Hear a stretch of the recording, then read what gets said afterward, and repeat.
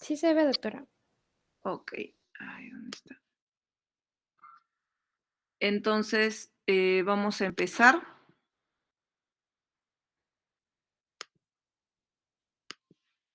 Antes que nada, recuerden que el aire que inspiramos del medio ambiente no es el mismo que va a llegar a la vía aérea, ni es la misma que va a llegar al alveolo, y mucho menos va a ser igual a la que llega a la arteria. ¿Esto en qué sentido? ¿Qué es lo que cambia? Recuerden que a nivel ambiental vamos a tener una concentración constante de la FIO, por ejemplo, en este caso del oxígeno. Esta es 21%, así nos encontremos a nivel del mar o así nos encontremos a puntos mucho más altos como Ticlio, por ejemplo, en el caso del Perú. Entonces, ¿por qué esto es importante? Porque según la altitud en la que nos encontremos, la presión parcial de oxígeno es lo que va a variar. Entonces, ¿cómo se calcula esto? Les decía en la clase de enfermedades asociadas a la altitud, en este caso edema agudo de pulmón asociado a la altitud, les decía que según la altitud no cambia la concentración del gas, lo que va a variar es la presión parcial de ese gas según la altitud a la que se encuentre. Es decir, a más altitud va a haber la presión atmosférica va a ser menor, por ende la presión parcial del gas es menor. Y es así que va a disminuir la presión parcial del oxígeno y otros gases según la altitud en la que nos encontremos. Lo segundo que les decía es que el gas ambiental suele ser seco.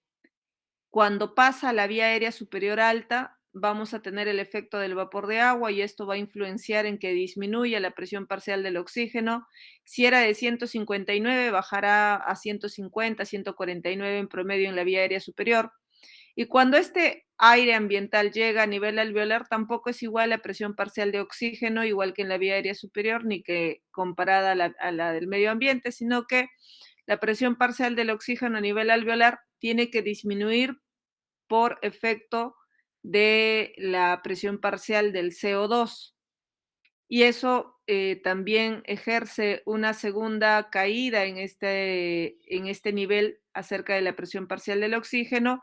Y por último, la presión parcial del oxígeno a nivel alveolar no es la misma a nivel capilar arterial porque tenemos el efecto del shunt anatómico que suele ser más o menos en 3-4% y esto influye que la presión parcial del oxígeno a nivel arterial no sea igual que a nivel ambiental ni igual al de la vía aérea. ¿Sí? Eso es algo importante que debemos recordar. En base a esto, recordaremos entonces que cuando un paciente se encuentra en un estado de insuficiencia respiratoria aguda, es decir, al examen físico podemos encontrar un paciente con dificultad respiratoria, taquipneico, uso de musculatura accesoria. Vamos a encontrar en el caso de una tipo 1, cianosis, por ejemplo. Y si queremos corroborar el cuadro de insuficiencia, si no tuviéramos una gasometría, vamos a encontrar a través de la saturación una saturación menor al 90%, que esto correlaciona con una presión parcial del oxígeno a nivel arterial con menor o igual a 60 milímetros de mercurio. Entonces, cuando tenemos una presión parcial de oxígeno sérico menor al 60 milímetros de mercurio o una saturación menor al 90%, estamos hablando de una insuficiencia respiratoria tipo 1 o hipoxémica. Las causas pueden ser muchas, entre ellas la neumonía, las atelectasias, el edema pulmonar, etcétera. También tenemos la insuficiencia respiratoria tipo 2 o más conocida como hipercápnica, en donde aquí lo que va a predominar es que la presión parcial del CO2 va a ser superior a 50 milímetros de mercurio. Doctora, ¿aquí puede haber presión parcial de oxígeno menor a 60? Puede como no puede haber. Lo que va a primar va a ser la presión parcial del CO2 elevada por encima de 50 milímetros de mercurio. Las causas más frecuentes tenemos el EPOC, el asma, enfermedades neuromusculares, entre otras. Y existen otros dos tipos de insuficiencia respiratoria, que es como conocida la 3 y la 4. La 3 como la perioperatoria, que suele ocurrir en aquellos pacientes en que están bajo la sedación, en donde va a haber por efectos de la sedación, va a haber una disminución de la saturación en estos pacientes, y entre las causas más frecuentes vamos a tener la obesidad, un cuadro de cirugía posterior a un hilio abdominal o hilio intestinal, efecto secundario a drogas, etcétera. Y el tipo 4 asociado a shock, es decir, aquel paciente que ha entrado a un shock anafiláctico, séptico, hipovolémico, etcétera, cualquiera sea de ese tipo de shock, ha generado un estado de hipoperfusión y esto genera un cuadro de insuficiencia respiratoria tipo 4. Entonces, recuerden que a nivel ambiental, a nivel del mar, en reposo, vamos a considerar que estamos ante un cuadro de insuficiencia respiratoria aguda con una saturación menor al 90%, gasométricamente con una presión arterial de oxígeno menor a 60 milímetros de mercurio. Y para esto debemos recordar los valores normales de ciertos parámetros, como el pH. Recuerden que este es de 7,35 a 7,45, un valor normal. La presión parcial del oxígeno a nivel arterial es entre 80 a 100 milímetros de mercurio, y la presión parcial del CO2 es de entre 35 a 45. Ahora, si tengo un paciente que ya tiene un cuadro de insuficiencia respiratoria aguda demostrada por una gasometría con una presión parcial de oxígeno menor a 60 milímetros de mercurio, hay que evaluar la gravedad de esta insuficiencia, y esto podemos evaluarla a través del cálculo del PAFI, que es la relación de la presión parcial del oxígeno sobre la fracción inspirada del oxígeno. Y esto nos va a permitir evaluar la severidad de este cuadro, que puede ser leve entre 200 a 300, moderada de 100 a 200 y severa menor a 100. De esta manera podemos estratificar el cuadro de insuficiencia respiratoria agudo con grados de severidad diferente. Entre los mecanismos de insuficiencia respiratoria tenemos varios. El shunt, el único que no va a responder al soporte oxigenatorio, por más que yo intente compensar esa insuficiencia respiratoria, si esta se da por un efecto del shunt, este no va a responder. Gasométricamente lo voy a ver con una disminución de la presión parcial del oxígeno. La presión parcial del CO2 puede ser normal o ligeramente elevada, y la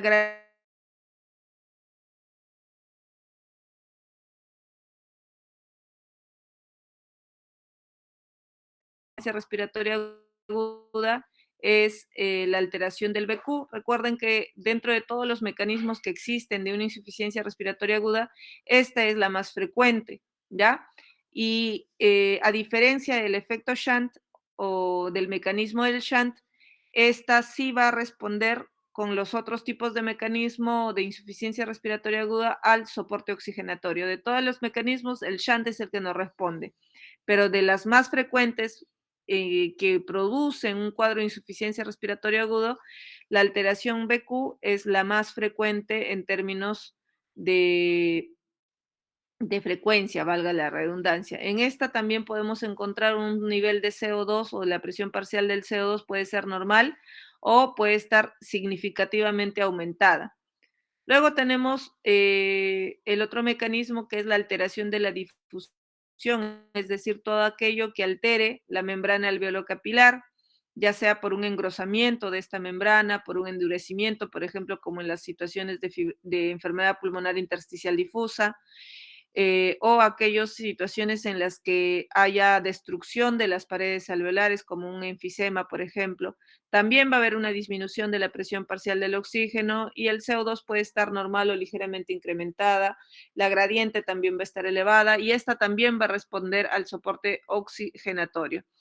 Y por último, tenemos las dos últimas acerca de la altitud, la que hablábamos hace un momento por el efecto de la disminución de la presión atmosférica, y la segunda es la hipoventilación.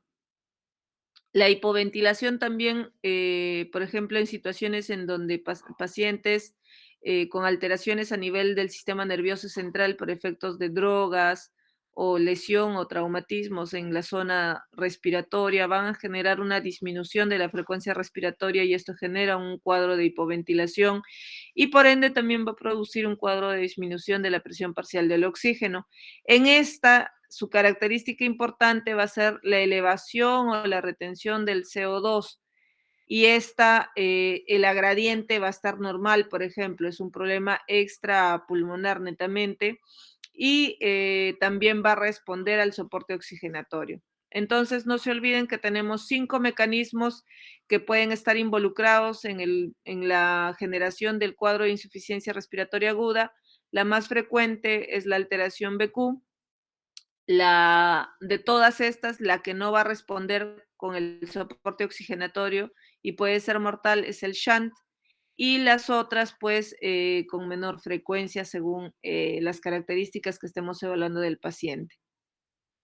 Entonces, ya enfocándonos en la falla, en la insuficiencia respiratoria aguda, esta puede ser de origen pulmonar y dentro de las pulmonares puede ser de afectación alveolar o de la vía aérea.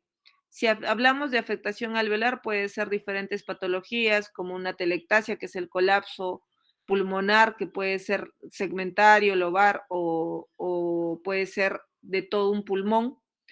El infarto pulmonar en situaciones por ejemplo, de un embolismo pulmonar, por ejemplo, edema agudo de pulmón, el síndrome de distrés respiratorio agudo del adulto, en la que todos los componentes alveolares van a estar llenos de líquido transudativo, pacientes con un cuadro de neumonía o aspiración o inhalación de gases, e incluso situaciones como una hemorragia alveolar que se suelen presentar en pacientes con patologías inmunológicas como un lupus, por ejemplo, o una vasculitis, pacientes que hayan atravesado un cuadro de contusión pulmonar, entre otros. Si nos referimos a la vía aérea, esto va a ser más frecuente asociado a, por ejemplo, a exacerbaciones del asma o del EPOC, o por ejemplo, aquel paciente que ha experimentado una quemadura de la vía aérea o que tenga cuadros de fibrosis quística o que haya sido intubado y que tenga estenosis de la vía aérea por intubación prolongada, por ejemplo. Y cuando nos referimos a causas extrapulmonares, entre ellas podríamos tener a las causas cardiovasculares. A nivel cardíaco tenemos la insuficiencia cardíaca que se descompense, que genere un cuadro de edema pulmonar. Tenemos el infarto agudo masivo, por ejemplo, las gulopatías como la insuficiencia mitral o la estenosis mitral. Y también tenemos disfunciones diastólicas del ventrículo izquierdo. Entre las causas netamente vasculares podríamos tener un cuadro de la hipertensión pulmonar. Recuerden que estas tienen 5 etiologías. Entre estas, la segunda es de causa cardíaca y la tercera es de causa pulmonar. Y tenemos también a nivel vascular las enfermedades como el embolismo pulmonar agudo. Entonces, si hablamos en términos de mecanismo que produce el cuadro de insuficiencia respiratoria aguda, les decía que la alteración de la relación BQ es la causa más frecuente, pero también tenemos el famoso shunt. Entre las causas que pueden explicar una alteración de la relación BQ, tenemos enfermedades que van a obstruir el flujo aéreo y estas pueden ser pues enfermedad pulmonar obstructiva crónica, el asma, una sarcoidosis como parte de una enfermedad intersticial aguda, el embolismo pulmonar, si son pequeños, podemos tener la inhalación de gases tóxicos, la disminución del oxígeno de la sangre venosa mixta, la anemia, la hipoxemia, entre otras. Y si hablamos de un shunt, vamos a hablar de situaciones, por ejemplo, como un infarto agudo de miocardio, pacientes sépticos, secundarios a un traumatismo múltiple, pancreatitis, neumonías, entre otros. Y la forma más severa, como les decía, de la representación de la insuficiencia respiratoria se va a reflejar en el síndrome de dificultad respiratoria aguda o síndrome de distrés respiratorio agudo del adulto. Recuerden que en esto los componentes alveolares van a llenarse de secreción, o en este caso de líquido transudativo, o según la causa que lo esté generando, ¿no? Entre los síntomas que va a generar un cuadro hipoxémico, va a presentar pues un paciente con un cuadro disneico, que lo vamos a poder clasificar según la escala del MMRC para evaluar la gravedad y la evolución de la disnea. De manera compensatoria, el paciente va a presentar taquicardia, taquipnia, va a evidenciar el uso de, como les decía, de musculatura accesorio. Según el grado de hipoxemia, puede haber signos de confusión, cianosis. El paciente puede entrar en un estado de ansiedad e incluso puede llegar a las convulsiones y coma.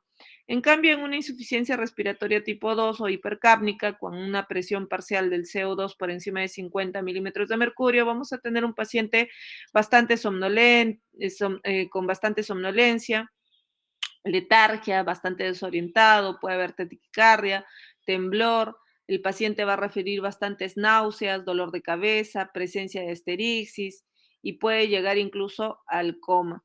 Entonces, les decía que una de las características que nos va a nosotros a reflejar en el aspecto clínico de la gravedad de un paciente puede ser la evidencia de un aleteo nasal marcado, el uso de musculatura accesoria supraclavicular e intercostal, que incluso se evidencie con una respiración tóraco-abdominal, ¿no? Que se llama como el patrón paradójico de la respiración y la presencia de la taquipnia. Si hablamos a nivel imagenológico, esto podemos evidenciarlo de diferentes formas. Si hablamos de un cuadro de, por ejemplo, de broncoespasmo o una crisis de asma severa o EPOC exacerbado, veremos una mayor radiolucidez en los campos pulmonares con una disminución de la trama broncovascular por un atrapamiento aéreo. Vamos a ver la horizontalización de los arcos costales y el aplanamiento de los semidiafragmas. Si hablamos de un paciente que está con una neumonía o una telectasia, una lesión más localizada o un infarto pulmonar, por ejemplo, veremos un infiltrado alveolar que tiene tendencia a la consolidación. Si es una neumonía, veremos broncograma aéreo. Si es una telectasia, no se va a ver ese broncograma aéreo.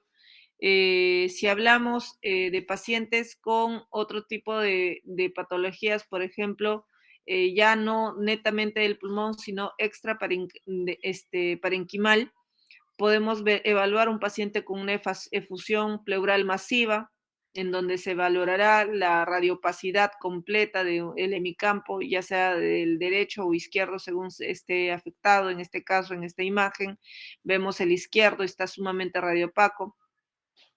Puede ser, en vez de líquido, la ocupación del espacio pleural por aire, que es conocido como el neumotórax, según las características en realidad que estemos evaluando de esta radiografía. Y si hablamos de una opacidad pulmonar difusa, pensaremos pues en una de las patologías frecuentes como el edema agudo de pulmón, ya sea de causa cardiogénica o no, la contusión pulmonar o la inhalación de gases, por ejemplo, ¿no?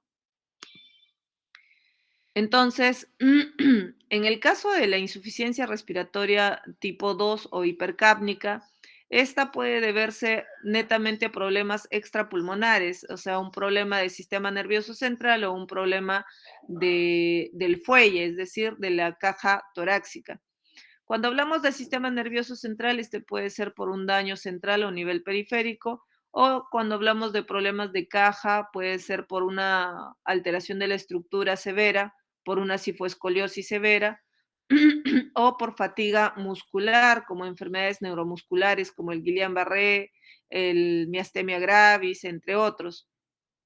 Todo esto va a conllevar finalmente a una hipoventilación alveolar y va a conllevar a un cuadro de hipercapnia que puede estar o no asociado con hipoxemia. Entonces, esta es una imagen que nos resume de manera práctica cómo es que nuestro componente del comando o centro respiratorio a nivel del bulbo va a comunicarse con los otros órganos a través del nervio vago principalmente, en donde el vago va a llevar toda la información para que se pueda dar el proceso de la mecánica ventilatoria. Cuando este centro respiratorio falla por efectos de un traumatismo, por una infección, por hipertensión endocraniana que comprime este centro respiratorio o por secundario a efectos de narcóticos, ya sea por una sedación excesiva en el ámbito quirúrgico, en un paciente, en el contexto de un paciente quirúrgico, o pacientes pues que hayan sido expuestos a drogas, entre otros, todo el centro respiratorio se va a deteriorar y por ende la orden que comande hacia la musculatura respiratoria y la caja torácica va a verse disminuida y esto va a conllevar a todo lo que acabo de mencionar.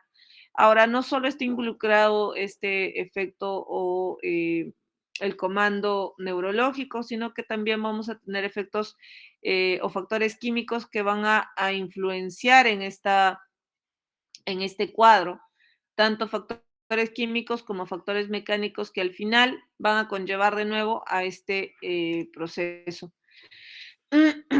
Cuando hablamos de una lesión neurológica, si hablamos de una lesión central, vamos a pensar otra vez en problemas de ACV hemorrágico, problemas secundarios a medicamentos o secundarios a enfermedades metabólicas como un hipotiroidismo, hipoglicemia, etcétera. Si hablamos de enfermedades neuromusculares o de la estructura torácica, podemos hablar de enfermedades como una distrofia muscular, parálisis lateral amiotrófica, que van a conllevar a una debilidad progresiva de la musculatura como tal, generalizada, pero también afectando la musculatura respiratoria, que va a conllevar a un cuadro de hiperventilación progresiva. Pacientes con cuadros de botulismo o intoxicaciones por organofosforados, pacientes con una obesidad mórbida también, etcétera. Eh, entre las manifestaciones, otra vez mencionemos en la parte de la hipercápnica, un paciente con retención de CO2, recuerden que este paciente va a tener tendencia a la somnolencia, a la confusión, a la lentitud. Es un paciente que va a tener bastante dolor de cabeza por la vasodilatación, por el acúmulo del CO2, y esto va a tratar de compensar el cuerpo este cuadro por el incremento de la frecuencia cardíaca como una medida compensatoria y puede incluso llegar, como les decía, al coma. Entonces, esta es una tablita resumen de cómo diferenciar las formas más frecuentes de la insuficiencia respiratoria, los tipos de insuficiencia respiratoria, que es la tipo 1 y la tipo 2. Recuerden que en la hipoxémica el PO2 está por debajo de 60 milímetros de mercurio, en la tipo 2 puede estar normal o bajo. El CO2 netamente en la ventilatoria, o es decir, o la tipo 2 está elevada por encima de 50 milímetros de mercurio. La más frecuente de estas dos es la tipo 1, es decir, la hipoxémica, y siempre hay factores o comorbilidades que estén asociados y que nos hagan pensar en cuál de estos tipos de insuficiencia respiratoria están involucradas en el cuadro del paciente. Por ejemplo, si pienso en un paciente con EPOC o asmático crónico no controlado o pacientes con alguna enfermedad neuromuscular, voy a pensar más frecuentemente en la posibilidad de una insuficiencia respiratoria tipo 2. Esta es una tablita resumen de cómo podríamos evaluar a un paciente con un cuadro de hipoxemia según las características de la gasometría. Por ejemplo, voy a evaluar la presión parcial del CO2 en el caso de la hipoventilatoria o de la tipo 2, ¿no? Si el CO2 está elevado, hablaremos de un cuadro de hipoventilación. Veremos si la gradiente alveolo arterial está alterado o no. Si no está alterada, ya sabemos que esto es netamente de un cuadro de hipoventilación, es decir, extrapulmonar. Y si es extrapulmonar, pensaré en un problema de sistema nervioso central o un problema de caja torácica. En cambio, si es un problema en el que hay una gradiente de alveolo arterial afectado, tenemos que pensar que puede haber la presencia también de un cuadro de insuficiencia respiratoria aguda de tipo hipoxémica, o sea, una mixta. Ahora, ¿qué pasa si esta presión parcial del CO2 no está elevada? Tengo que ver la gradiente alveolar arterial. Si la gradiente está elevada, tengo que pensar que hay una alteración probable de alteración de la relación BQ y si es así, pensar en todas aquellas patologías que pueden generar ocupación alveolar. Pero si no, pensaremos en cuadros como un shunt, por ejemplo, en donde recuerden que es la forma extrema de la disminución de esta relación, en donde la ventilación está netamente abolida. Y esto se puede dar por cortocircuitos cardíacos o vasculares pulmonares o por una atelectasia severa, etcétera. Tratamiento. Recuerden que es importante identificar la causa que está generando el cuadro de insuficiencia respiratoria para poder ofrecer el tratamiento. Y en base a eso vamos a poder resolver el cuadro de insuficiencia respiratoria aguda. Si no identificamos el agente causal, definitivamente las estrategias que usemos como aplicar el oxígeno o el soporte oxigenatorio solo será una medida transitoria hasta que no identifiquemos la causa que esté generando el cuadro de insuficiencia respiratoria aguda. Entonces, como primer nivel, hay que identificar el cuadro que esté, la causa que esté generando el cuadro. Daremos soporte oxigenatorio, haremos manejo de secreciones si hubiese que esté generando obstrucciones o atelectasias, y si hubiese hiperactividad bronquial, brindaremos broncodilatadores. Como ven, las medidas que apliquemos serán acorde a las causas que le estén generando, si es una neumonía, si es una congestión pulmonar, si es una neumonía, daremos o agregaremos cobertura antibiótica. En cambio, si es una edema aguda de pulmón de causa secundaria de tipo cardiogénica, haremos balances hídricos neutros, trataremos de compensar esa falla cardíaca para compensar la falla respiratoria. Entonces, es mandatorio identificar la causa probable de la insuficiencia respiratoria aguda. Y en el tipo 2, recuerden que esta es netamente del sistema nervioso central o de la caja torácica o componente muscular como tal. Entonces, este paciente también hay que identificar la causa que esté generando la descompensación o si es progresión de enfermedad tal vez. Y muchas veces estos pacientes van a llegar a ventilación mecánica no invasiva. Por eso es importante identificar el tipo de insuficiencia respiratoria a la cual nos estamos enfrentando. Y muchas veces estos pacientes van a llegar a requerir la intubación, incluso soporte ventilatorio mecánico, pero su pronóstico muchas veces es malísimo y es mejor tratar de identificar y ofrecer la ventilación mecánica no invasiva porque su probabilidad de morbimortalidad es mucho mayor bajo intubación o bajo ventilación mecánica invasiva. Hasta aquí, dudas, preguntas, doctores, del cuadro de insuficiencia respiratoria aguda.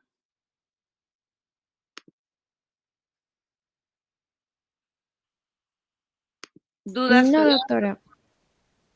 Ok, 5 minutitos para hacer la otra clase o